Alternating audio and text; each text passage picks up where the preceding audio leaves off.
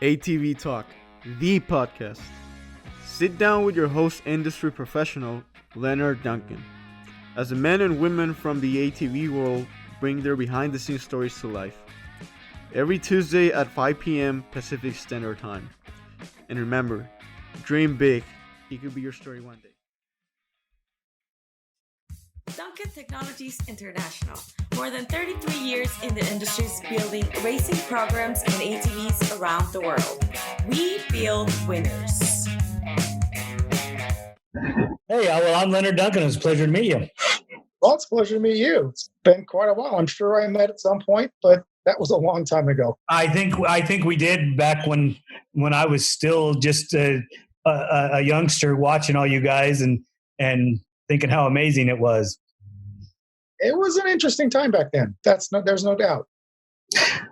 Well, Tracy, I would like to welcome you to ATV Talk, and I'm your host, Leonard Duncan, and this is all about you. This is your hour.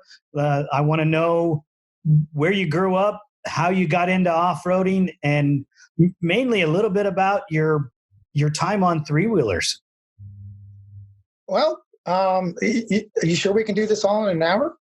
Probably not. I'll probably have to have you come back.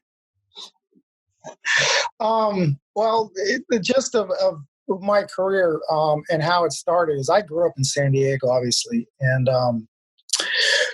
my father was in racing. He worked for years for Bruce Crowder, built, oh my goodness, he developed a lot of things for Bruce and the drag racing industry and the whole thing. Well, in the 60s, he also went to Indianapolis and went to work back there, and he ended up working for A.J. Foyt through those championship years from the early mid-60s and so on until about 1970. I was a kid that, in school, everybody wanted to be a doctor or a basketball player or a fireman or whatever it was. I grew up in round race cars. I mean, there's no doubt about it. My grandfather used to race midgets and everything else. So it was just something that I wanted to do. Now, when you're that young, you don't expect it's ever going to come that far. You don't know. And as I started racing motorcycles and things like that, but not all the time, just riding a lot, I liked it. And we got involved with Al Gerhardt and a group over at Honda of Lemon Grove, old Mr. Lachines' place at the time, Dick. And we started building ATV chassis. And so it was just headed toward the dunes. We used to go ride all the time, and then come to find out, everybody's racing these things. And next thing you know, we're not just building a chassis for, people riding in the dunes. It's all right, we're building the next generation one. That ended up, people were racing. So, and then I just kept getting prodded by everybody. Well, when are you going to start doing it? And that's pretty much how it started. Started running up at South Bay Speedway. We could run 3-4 times a week from San Diego all the way to Ventura. And we did. And we'd drive up there at night, we'd turn around, come back at night, and go back to work the next day and go do it again. And it was one of those things. All it takes is to win one race, and then it's done. You're pretty much locked in, and it's off to the races. And I was fortunate enough that the equipment that I had probably outweighed my talent. Let's just put it that way. In the beginning. But we also had a lot of support from a lot of people, and I got to know Dean Kirsten and all those guys at that point, which was Three Wing Magazine, which helped our business, and to most part helped my career getting noticed. And because we were on the cutting edge of a lot of things, we were the first ones to we beat Honda to a suspended three-wheeler. I remember going to races up and down, in the LA area and everything else, even Riverside, and being chased around by Japanese guys from Honda, trying to get up pictures of it. And it's like, all right, I'll just cover it up and irritate them, kind of a thing. And it was actually quite fun. My dad used to get a big kick out of it. But, so it was inevitable. Sooner or later, they were going to actually build a suspended bike. And they did, which was fine. It needed, the industry itself needed to grow. And Honda's, obviously Honda was the biggest part of that industry as it was. They took it to the next level, which was fun. It started to make things different. And then when I got asked to run the Parker 400 as a group with several of us to try and get the three-wheelers into SCORE at the time, because they weren't actually allowed to race. We did this, I think it was 1980, maybe 81, something like that. They had allowed and this was more of a preliminary deal. So they allowed us to run, but we only ran the California side. We didn't run the Arizona side, or was it the Arizona side? We didn't run one of them, the longest one we ran. And I think at that time, the group of us, and it was me, Dean, Wax, everybody were there. There was a handful of us that were riding these things. We didn't ride for very long in any part, any section, but it opened up the eyes to everybody as how fast and how much fun those things were, and that they could be raced and they could be raced safely, and they can put on a show. And pretty much everything just started to explode from there. Then it was, okay, now Honda's going to get involved, and they're going to put a team together, and then down the road, Yamaha's get involved. We ended up building a bike, a Yamaha, a suspended Yamaha, that I got the engine from Scotty Burnworth from his dad. Who was it? God, I can't remember. Rudy and Dean. They were the guys that were building I can't remember the name of the company that they had at the time, but they were the ones building all the Yamahas for factory teams, their motors. And, Rudy and Dean Dickinson. So it was R&D design, or R&D engines, or whatever it was. The thing was a rocket.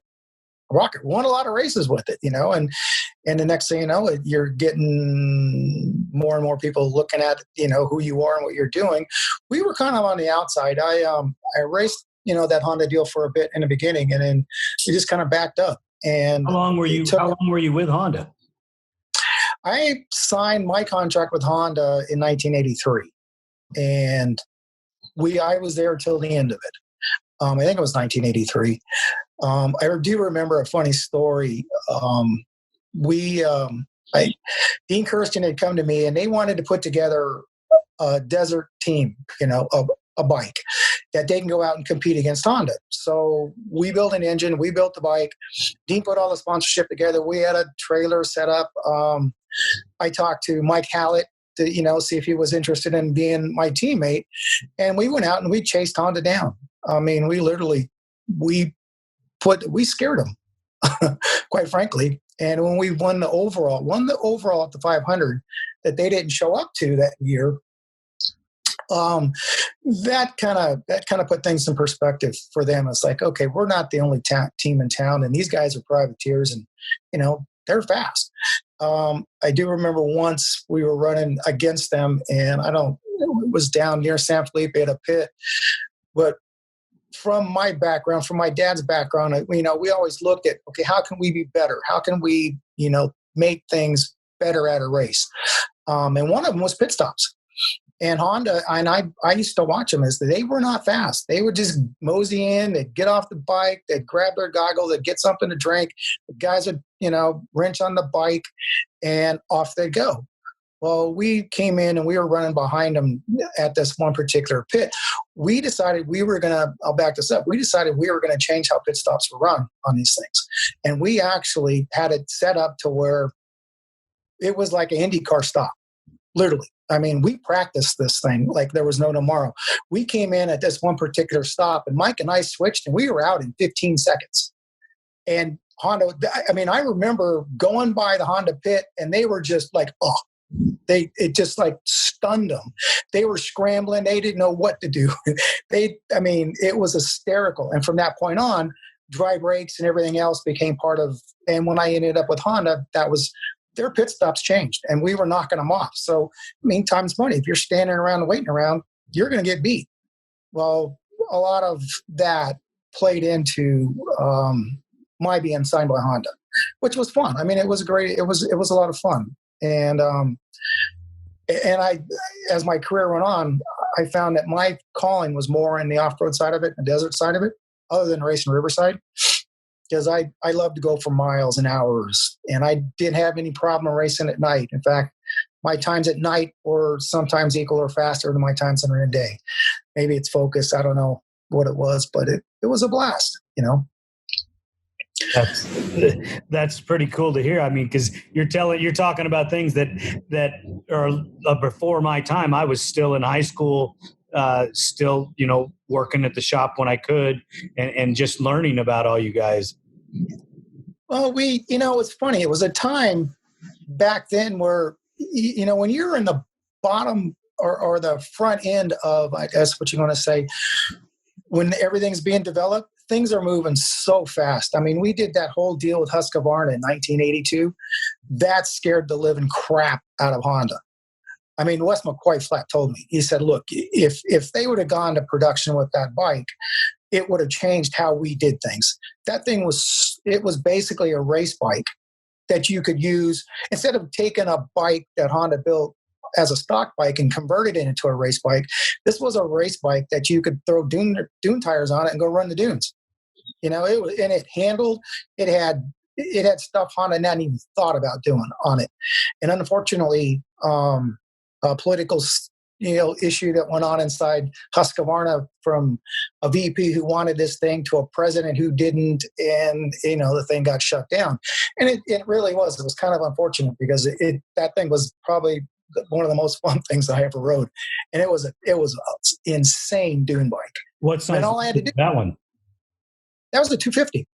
Oh. It was a 250. I mean, we had forks on. We had more travel than Honda did. This was before so this is 1982, and we had 6 in the front and 6 in the back. Honda was still dealing with 3.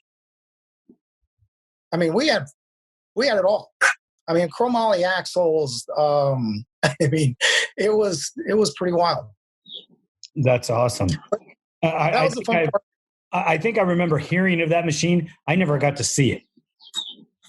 It floated around for a while. We had them around for a while, and eventually, I don't know whatever happened to them. My dad might have done something with them. It's hard to say. I mean, I've seen pictures. We did make an automatic one. That's what they wanted us to do, and I did see pictures of that one.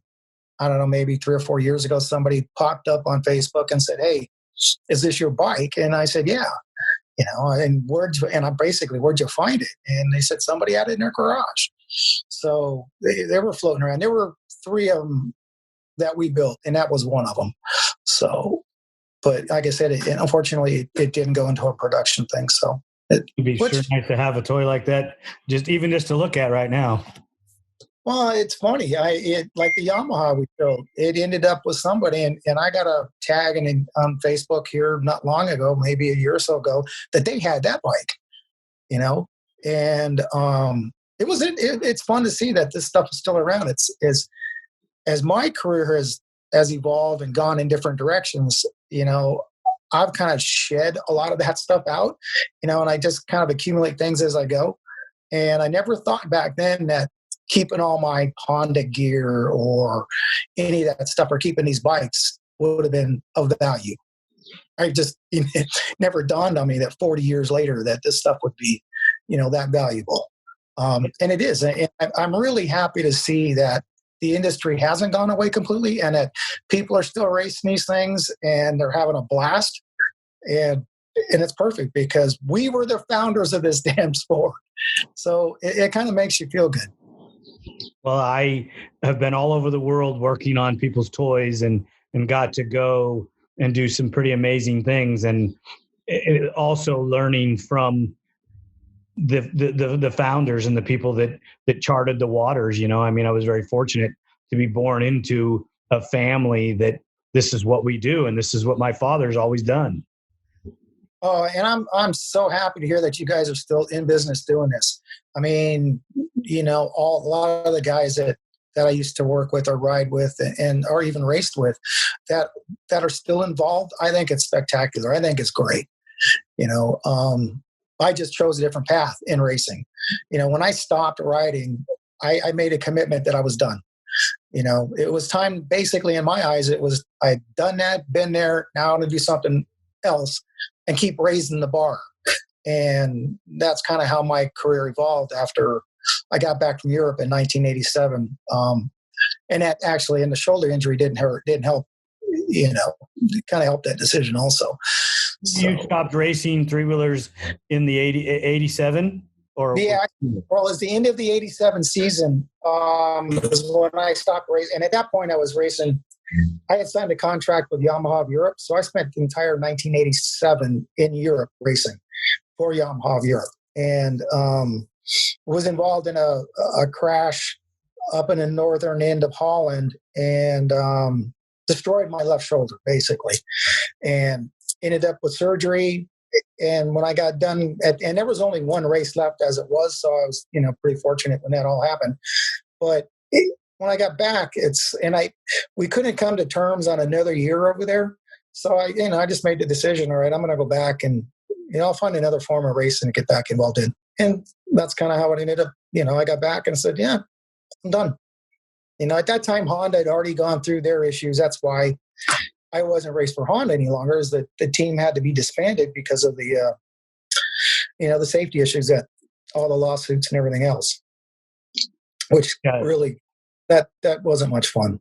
I mean, and in reality of it is as it went forward and everything else, the injury rate versus three-wheeler versus four-wheeler, given the same time periods, were just about the same. And at one point I did do a lot of expert testimony for Honda, and most of these cases I worked on, and this goes to a lot of things. It's a mechanical object. It has a physical limit. It doesn't have a brain. It's the person who's riding the thing is the one that's supposed to be the intelligent one. Well, unfortunately, a lot of these issues, these crashes and things like that, were with kids, and their parents were allowing them to ride bikes that were above their capabilities. They'd get hurt, or there'd be alcohol involved, or there'd be something dumb, and it's just unfortunate, but it took away a way of life, for a lot of us. Some of them stayed in, some of them didn't. It was just, at that point, I decided to make a change and move on to something different. Yeah, it was a tough time at some points in the industry. And what happened in the 87, 88, 89 era is the aftermarket guys ended up taking control of the industry and ran with it. And I think what it is today is all stems from all your aftermarket companies that had the wherewithal to develop machines that could race in every environment and made the races as big as they were and brought the teams in-house to their independent companies. And here we are today. And the factories, the last time the factories came back, I think they did more damage than they did help. You're probably right. At that point, I had made the conscious decision to bail. I had bigger dreams. I wanted to, one of my dreams was always to work at Indianapolis. And literally in 1988, I went to work for an IndyCar team and got, that started that next phase. And it was a blast. I mean, to be able to be there at Indy where my dad had been, where, my hero AJ had been, and I, spent a lot of time around him. And beyond that, and being in that whole environment was something that I had always wanted to get to. I thought that was the pinnacle of racing. And it was a blast back then, You don't, did any of your off-road cross over into the asphalt stuff? Any of the knowledge that you brought with you? Yeah, it did in a way, because I did a lot of, ultimately I ended up doing a lot of road racing myself, and I ended up being very successful with it, that and SCCA stuff and go-karts and things like that. And I attributed a lot of that to what I learned racing the desert and racing three-wheelers and racing four-wheelers, knowing how these things ride when they're sliding sideways, how to pedal a car, how to do this. It all played into it, how to read lines, how to pick lines, how to make passes without actually rubbing on somebody. It was because you realistically, you didn't want to be touching anybody with a three-wheeler. Bad things were going to happen. And unfortunately, it did happen a lot of times. So yeah, a lot of what I learned back then carried over dramatically to what I ended up doing. And when you take, like with your job now, how much of the off-roading affects the asphalt stuff? Because I know that you work with a team that has some former truck drivers, desert race drivers, driving asphalt cars now. Does the transition help both of you or hurt you? No, it's. I mean, I don't personally work on the cars anymore. I do a lot of chassis work. I'm very involved in the chassis, very involved in the inspection side of the chassis, work a lot with NASCAR. But I do agree that dirt has helped the careers of more NASCAR drivers than you can imagine, Jeff Gordon being one of them. And honestly, Jimmy, his driving style and how I read his, because I read all the race notes, and listening to what he's communicating, I can see him in an off-road vehicle. I mean, he drives that thing like you would, to some extent, in an off-road vehicle. And a lot of that experience and what he feels and everything else comes from that. I think if you grow up in that era, the car going sideways is nothing new to you. Driving a free vehicle is nothing new. It's, knowing how far it'll drift is nothing new. It's just how you manage it. And what you do, what changes that in this industry is tire management, and you have to learn how to do that. I mean, running an off-road race in Pomona's horse track or whatever it is up there that we used to do, and all the Mickey Thompson stuff, the races were done quickly. Now and I mean, Jimmy has made the comment before where you have to get used to running long races. I mean, when you're in the vehicle for 4 hours and it's 115, 120 degrees inside that car, it's a challenge. I mean, anybody that says that those guys aren't athletes need to have their head examined. Well, you take the conditioning that you used to do to race three-wheelers, because that's always developing and gaining. Some of the guys that started racing four-wheelers, training was an afterthought. It wasn't something that we did all the time because, we just weren't there, or everybody had a job and you were racing on the weekends and that was your training. Yeah. I can't complain because I was paid to do this. And yeah, we had training schedules that were pretty regimented, and most of it stuff that we developed on our own, because as we got further into this stuff, we realized that, you've got to be in shape. I mean, that last 30 minutes of a 45-minute race, or the last 20 minutes, is very critical. If you can run fast or faster than you were in the beginning, you were going to beat somebody. So it was it was a very big part of it. And especially from my side, on the off-road side, is that last 100 miles, that was it. That was key. A lot of times that was key to a win, is you could, if you were behind, you can track them down and just drive by them. And a lot of and most of that was conditioning and diet and everything else. Well, the desert racing today, to the experience that I have of it, you're not really racing the first 250 miles on a 500-mile race. You're starting to pick up the pace after 250 miles. But that last 100, green flag dropped. It's hammer time. You put the fastest guy on and let him go. You take the restraints off and, hey, bring it in. You got 3 minutes to make up. You better do it. Yeah, and that's how we used to look at it. It was the 80% rule. It was 80, 100% is how I looked at it. You run 80 for X amount of miles, and then when it came time to drop the hammer, you knew when it was, because it was already mentally talked about with yourself and the team and everything else, and where your pit strategy was and all that, and you go. You literally, that was it. You put everything out there on the line and you just go. Yep, that's kind of the way it's still managed. Pretty similar that way. Let me ask you to go back in time a little bit and talk to me about some of your fiercest competitors back in the old three-wheeler days, if you can remember some of those guys. There was a handful of it. There wasn't anybody that we raced with back then that really wasn't fast. But I remember Ace Williams or old Bob. We were good friends, and that guy was a never quit guy, and he was funny as an innovator. He was big. I mean, he did things and challenged things that were, really against the norm, you might say. But back then, who's to say there was a norm? Because it was changing all the time. But then you had Curtis. I mean, Curtis and I battled for years. Wax and I were typically roommates half the time. But it's fun. You'd be friends. You'd be in the pits being friends. And as soon as you got to the track, it was game on. There was no love. There was no tenderness. It was game on. If you're going to get stuff, or brake check, you need to be on the giving end and not the receiving end. But Dean, everybody back then was fast. But we all grew up doing the same thing. It was funny. We'd go down to 24th Street and we'd ride on the weekends. We'd be racing during the week, but we'd be down in the stand, down there in the berms, riding for hours. Or we'd go someplace else and go ride. We go to the sand pit. We go, we went all over the place. If we just never got off those things, it's like we're on them all the time.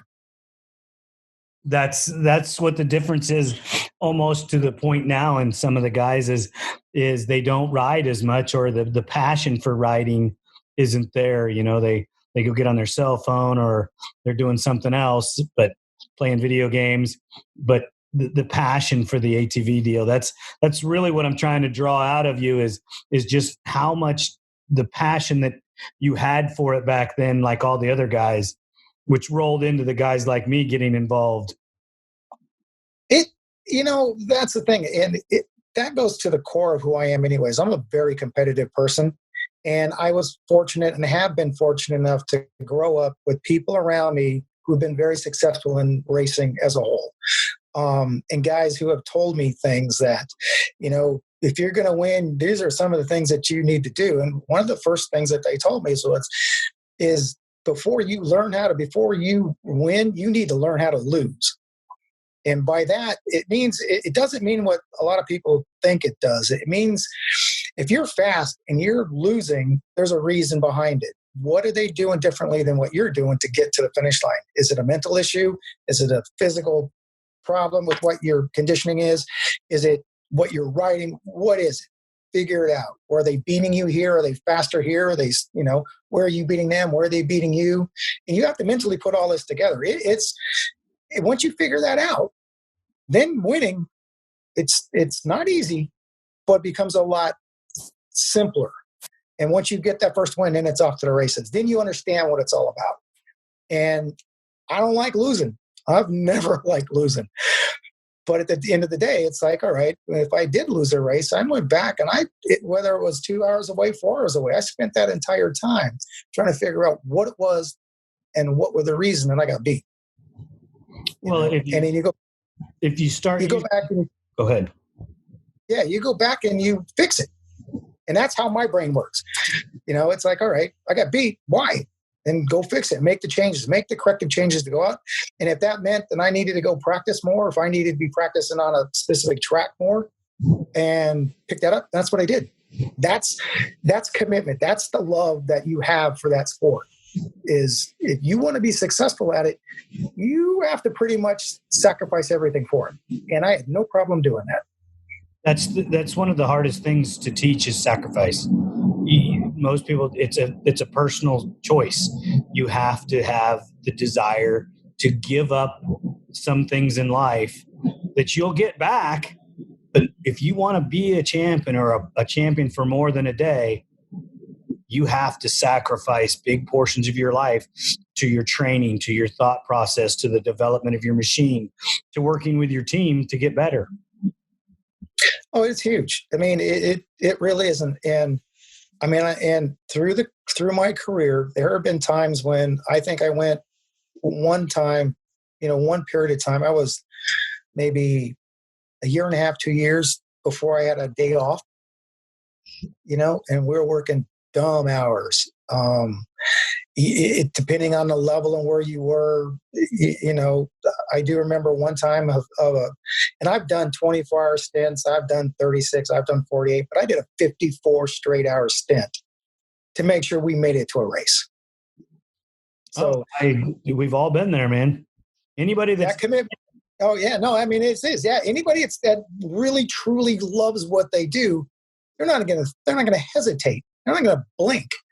And it was really funny because it wasn't until I got out for a bit and then met my wife that, you know, I was still working in racing, but wasn't going to some of the tracks like I used to. I found out that there was a whole nother world out there. There were things to do outside going to a racetrack. You know, my entire life from the time I got out of high school, for the most part, was racetracks. Twice a week, 3 times a week, definitely on the weekends, out of state, in state, out of the country, you name it. That's it. You didn't know anything else. You really didn't. It took a long time to figure out that there's another world out there. Well, I've been traveling this for about 30 years, and this is the first year that I have normal life home memories building instead of prepping to go to a race or being at a race. And you know what that's like. You know, it's funny. We both we're sharing the same lives. And I think my son was 13 before we actually went on a quote unquote family vacation for a week. And it was on that vacation that I made the conscious decision that, okay, I don't even know my kids. You know, I've got to make a change on this. So I went back in and racetracks ended. No more racetracks. The hours, you know, that was still a hard part to work on, but the racetracks ended. So I wanted to see my kids grow up because I made it a point to make sure that they were not involved in racing. And then I did not want them involved in racing just because as hard it is on families, and especially at the level that I'm at now, you know, the fortunate level I'm at now, it's devastating to families. You never see your fathers. You don't see your kids, you know, and it's hard. It's very difficult at this level. I think that any program that is at a higher level, that is winning and that is developing a product or trying to be innovators or just win, that's the case. It doesn't matter whether you're racing go-karts or ATVs or, you know, top fuel dragsters. There's hours have to be spent to develop those machines to get them ready to win. Oh, there's no doubt. I have this conversation with people all the time. They always ask me about the business side of racing, and I said it doesn't follow a normal model. There is no normal model. I mean, literally, if we could physically work for 24 straight hours continuously, we would do it. We'd find a way to do it and get to the racetrack. Even though the racetrack, it might be, you know, a month away. It doesn't matter. You'd still be doing something because you get to a point you'd have a brainstorm and then you change something. Well, that one thing changes 3 other things. So then you're changing that. So it's a constant evolution of changes. And that's just how it works. I mean, but it does not work under any normal business model at all. And your racing brain never shuts off. You know, it just never can. Because you're always thinking about that machine. You're always thinking about what needs to be checked. Oh, that didn't get checked. This is overdue. And you could be driving to the race and realizing, hey, when we get there, by the way, guys, we got to change this and this because we forgot to, you know, thinking back on the logbook, it wasn't done at this time and it's overdue. Oh, yeah. You'd be amazed. One of the deals that I worked on here for us at Hendrick Motorsports is pretty much a task management scenario where we developed a program to try and capture that, to try and make sure that when our cars go in the box, they're done. We have checks and balances on everything. And it's frightening how many things have to get done to get that car in the hauler. I mean, you would lose sleep at what we have listed out that has to get done for each one of these cars. And each track is different. So each track puts its own spin on what we have to do to those cars. So yeah, it is. Your brain it never shuts off. It's hard to go to sleep. I know how much I stretched just building a quad to go to the races. I could imagine a car with even more moving parts than my quad has. So I want to get a little personal with you. You mentioned your children. How many kids do you have? I have two kids. I have my son is 24 and is working down here. I live near Charlotte. He's working. He graduated college with a biology degree, and he's working as an environmental inspector for. It's a national company. It's called Maser Consulting, and they go around and they do all the surveying for pipelines, for even, let's just say, racetracks, for everything, roads, you name it. And he has to deal with all the environmental impact side of that whole thing. My daughter is a rising senior at Auburn University. And congratulations. We'll see where that goes. You know, she just turned 21 here at the end of last year, around November. And she's, I don't know if you ever remember the show Beverly Hillbillies. Yes. Well, she is my LMA Clampett. She is an animal nut. And she's actually going through Auburn on an ag business degree. And currently she's a dog trainer. She does it in the summertime, and she works for a gentleman back here that's very successful at it, knows all the actors, does all the race car drivers' dogs. She knows more about dogs than I know about. Sometimes I think I know about race cars. It's kind of frightening, actually. So neither one of your kids got into racing? No. Now, my daughter would have been the one. I mean, and I can tell you a funny story. My son is never, he was never that guy that had that speed scared him, you know. And it was funny. I spent, and I say this laughingly, I've spent 3 tours with Robbie Gordon. And on one of my tours with Robbie, we were out on the lake, and he had this big boat. It was probably 23 foot. I mean, it had twin engines in it. This thing ran, 110 miles an hour. And it was a big conquest. So we all went on the lake one day, or one evening, actually. We had a big barbecue over at his house. And so I had my wife, my 2 kids in there. They were probably, she was probably 5, 6, maybe. And then, he was 9 or something like that. And then I had a buddy of mine, his son is my son's, basically my son's age. And so a little bit in between my son and my daughter. So Robbie's over there driving his boat, and he looks at my son and he goes, do you want to drive it? And he goes, no. He buried his head like, no. And then my daughter jumped up there, ran right over and got in his lap. My buddy's son also went over there. So my buddy's son was the one flipping the controls. My daughter was the one steering. And by the time we looked down, we were already busting 90 miles an hour across that lake. And they were grinning, laughing. And Robbie's looking at me and he's going, you are in trouble. Yeah. And so, yeah, she was my speed demon. But she now, and at that point, like I said, racing, I felt like, as hard as it was on my family, as hard as it was on my parents and my father, I didn't see that desire out of them that early. Now, I'm not going to say they weren't competitive, because she played tournament volleyball for years, and she made all the Alice State teams, so we traveled all over the place. He was in baseball, and he played lacrosse for years. So, I mean, it was travel teams, the whole thing. It was just their competitiveness went in a different direction than mine. Well, I mean, sometimes we as dads have to push the envelope to get them to start it. I can tell you that if I had it do over again, my son would have stayed in a cage. Yeah, I mean, and it's really, the other part about it is too, with what I do and the time I spend, for me to have time to correctly teach them and put them on a path to be successful would have been very challenging. Just not being home, and then they needed to start when they were 8, 9, 10 years old, and I was never around. So, it would have been hard. And so I made it to keep them out of it. And you know what?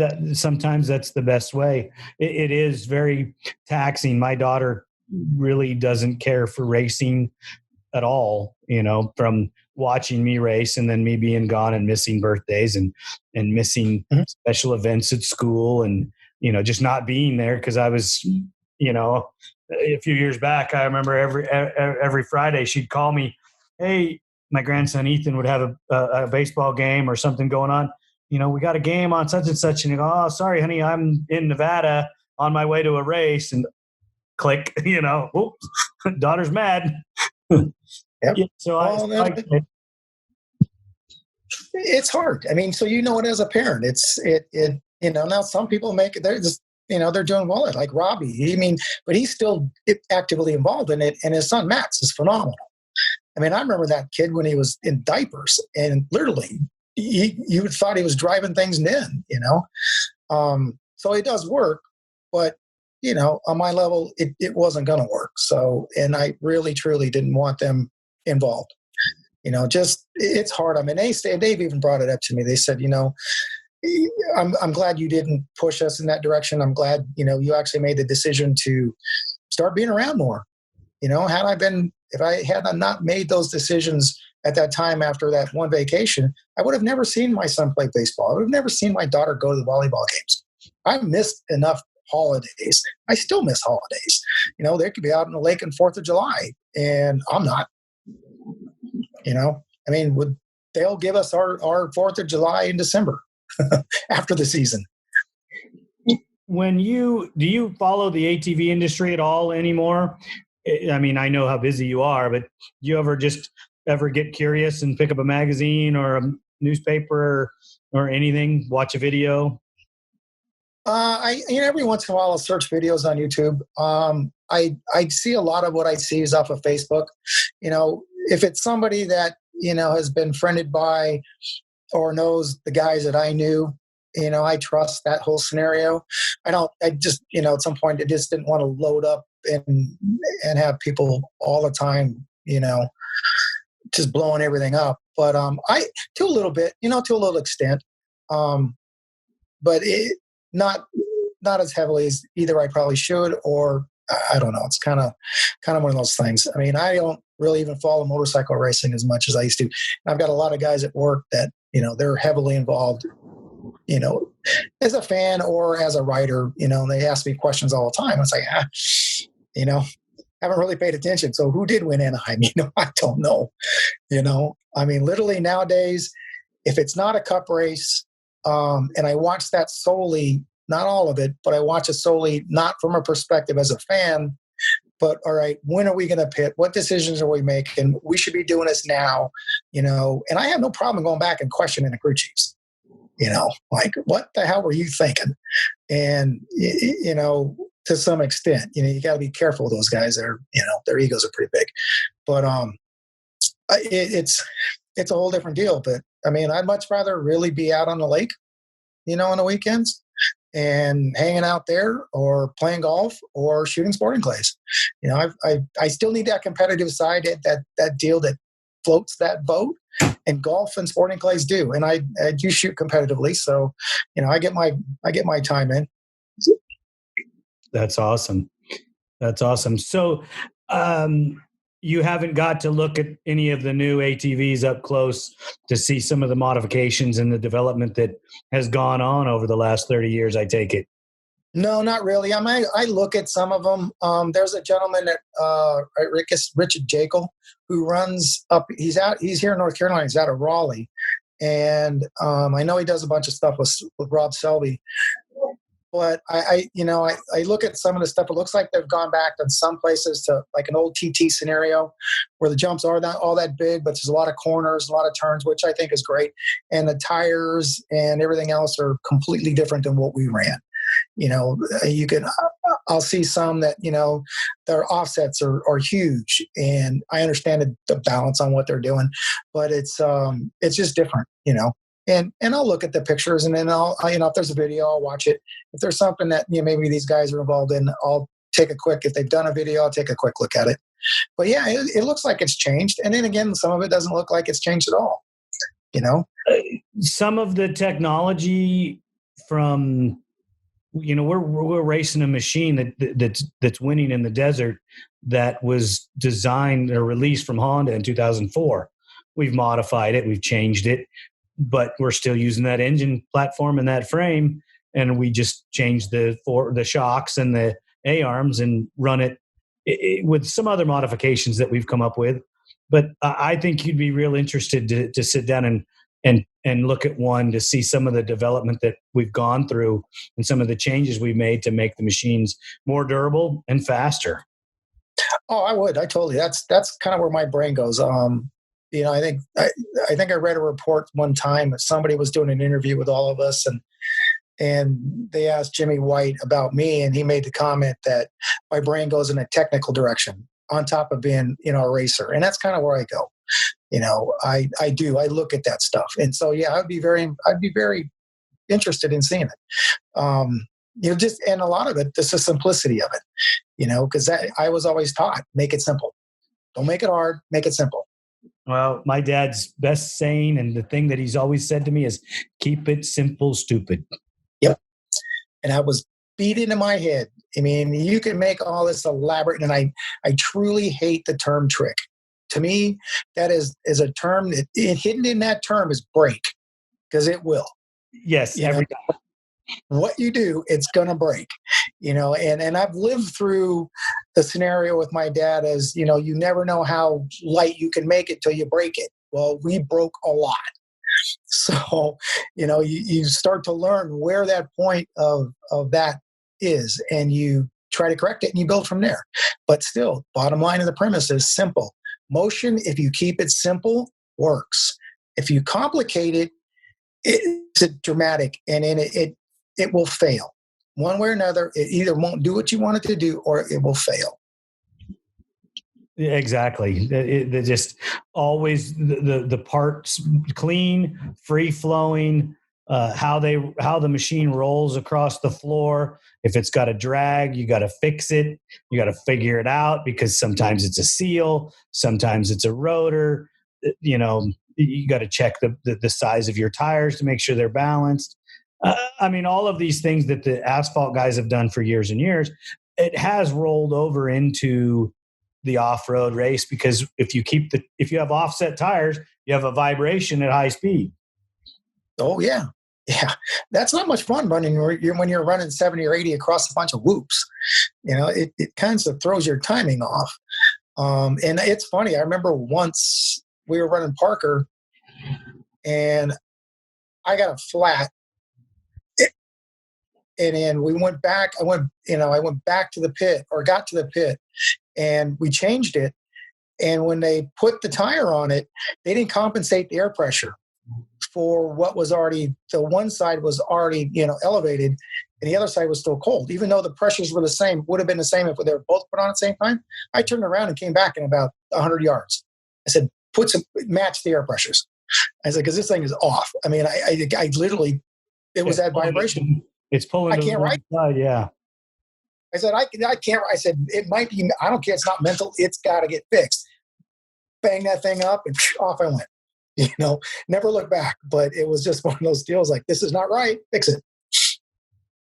And that actually went on into the meetings. At that point, we made those changes from the pit stop. From that point on, if we had a flat, that's exactly what we do. We match pressures. So it all helps. It all works. So a lot of your early experience in developing three-wheelers did roll over into your developmental technical knowledge that you use every day in NASCAR. Oh yeah. No, I mean, and a lot of that has to do with my father. He was he was a fabricator. In my eyes, it was obviously, he was a master fabricator. And I remember, I don't know, it was half a dozen years ago, I was working for Turner Motorsports, and somebody did walk up to me and goes, "You are the master fabricator." So at that point, I felt, pretty, I never even thought about it, but there wasn't anything at that point that I hadn't done or couldn't do, really, when it came to fabrication. So it's like, oh, so now I finally got there. It only took this many years, but that helped me, and in what he knew and his knowledge, I learned. And carried it through. And yeah, and it helps. It really has helped my career. Is there any, to ask some questions about NASCAR, is there much freehand fabrication that comes up in the development of some of those cars? Yeah, to an extent. When I went to this Car of Tomorrow thing years ago, it kind of changed a lot of the true fabrication side of this thing. And I've noticed over the years that true fabricators, and to me, a true fabricator is somebody that if I went out there just in the shop and said, "Look, I need a bench. Just build me a bench," and I wanted to do this, and this. And there's a lot of guys back here that can't, because a lot of guys back here, a lot of what they do is they'll take a already water jet quarter window, they'll stick ducts in it, and then they'll paint it and stick it on the car. So it's kind of, we don't have a lot of that. We have a lot of older guys that have been around in business for a long time, but I've had guys that have worked for me in the past that's like, I wouldn't trust them to go build a bench. It's like, you're just putting crush panels in. That's just, you're good. You just keep doing that. But we do a little bit. We do have our components guys. We do have our R&D guys that come up with things. But anymore, NASCAR's got such a tight rein on parts that there's not, the innovation has kind of gone away. They have put us in such a tight box on what we can and can't do that it is kind of taking some of the fun out of it, personally. I mean, and don't get me wrong, I love the industry, but, I'm from old school. And old school means we're building race cars to a level of what we think is right. And right now, even our tolerances on our chassis are, our guys, our engineers, we have to submit what we're going to run. And we're allowed 10 front clip variations or 10 chassis variations, basically. And we have to submit them. And we can't get out of that box. Since started last year, we cannot get out of this box. That's all we get. So we have to make work with what we have. So comparing it to our industry, where I build my machine to my specs, my way, work with the shock manufacturer, and we go to the track and we race, and all of our development, all of our years of doing it, it shows in how well our machine works, or if we were sleeping that day, how far off we were. So when you guys have these cars of tomorrow, how close are all the guys? How are all the teams? Let me rephrase the question. What is the thing that sets your guys' cars apart from everybody else? Well, everybody's cars, like I said, each team has their own engineers. They work within a box, and I can tell you, you can put 5 engineers in a room, and you can tell them to design a mousetrap, right? They'll have 5 different versions of a mousetrap, and the one thing that will all have in common, the only thing that will all have in common, is they'll kill the mouse. The rest of it, the designs will be completely different. And that's kind of where we sit. So we submit that in. A lot of it is, when you get to the track, there's so much that the bodies play a huge part. Your suspension and how you've got it set up plays a huge part. There isn't a driver out there that can drive the same car as somebody else. So each driver has his own set way of how he wants the car to feel. And then you throw the weather in, you throw the track conditions in, you throw tires, you throw all this in. And it takes a lot. I mean, and it's why, and over the last, I would say the last half a dozen years or so, the racing has gotten so competitive, is that they have restricted a lot of what we used to do, to a point where now we have to work into a box, and that box is very narrow. So, on any given day, that one person or that one team is going to shine. And a lot of times it's the driver, and it might be a track that fits his eye better than somebody else.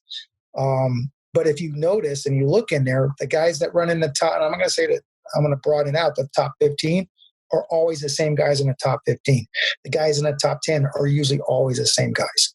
So is it driver or engineer? They like to have in NASCAR, but as any form of racing, and I'm sure you know this, money, talent are hard to beat.